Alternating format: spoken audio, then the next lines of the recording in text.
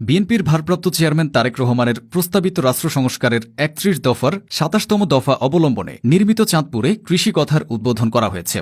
বৃহস্পতিবার ২৪ এপ্রিল সন্ধ্যায় কচুয়া উপজেলার সাচার বহুমুখী উচ্চ বিদ্যালয় মাঠ প্রাঙ্গণে এ অনুষ্ঠানের আয়োজন করা হয়।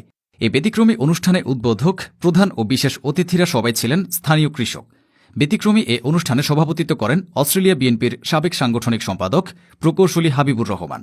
তারেক জিয়ার বাংলাদেশ সংস্কারের অন্যতম দফা কৃষি সংস্কার বাস্তবায়নের চিত্র তুলে ধরে একটি নাটিকা প্রদর্শন করা হয়। এ নাটকের মাধ্যমে কৃষি এবং কৃষকদের বর্তমান চিত্র এবং ভবিষ্যৎ পরিকল্পনা তুলে ধরা হয়। বিশ্বের সাথে তাল মিলিয়ে দেশের কৃষিখাতকে আধুনিক ও প্রযুক্তি সমৃদ্ধ করা এবং দেশের কৃষিকে বিশ্ববাজারে প্রতিযোগিতার মধ্যে কিভাবে আনা যায়, নাটিকাতে তাও ফুটে ওঠে। স্থানীয় কৃষক ও দেশের নাট্যাঙ্গনের উল্লেখযোগ্য শিল্পীরা এ নাটকে অভিনয়ে অংশগ্রহণ করেন। কৃষি কথার পুরো এ নাটিকাটির সার্বিক ব্যবস্থাপনা করেন বিএনপি নেতা হাবিবুর রহমান। সন্ধ্যার আগ মুহূর্তে চমৎকার পরিবেশে এ নাটকটি উপভোগ করেন সাচার এলাকার কৃষকসহ বিভিন্ন সুধীজন। আয়োজক ও অনুষ্ঠান সভাপতি প্রকৌশলী হাবিবুর রহমান বলেন, প্রবাসে থাকার কারণে দেশে দীর্ঘদিন আসতে পারিনি। ৫ আগস্টে ফ্যাসিস্ট হাসিনার সরকারের পতনের পর যখন আমি দেশে আসলাম, তখনই দেখতে পেলাম তারেক জিয়ার রাষ্ট্র সংস্কারের ৩১ দফা।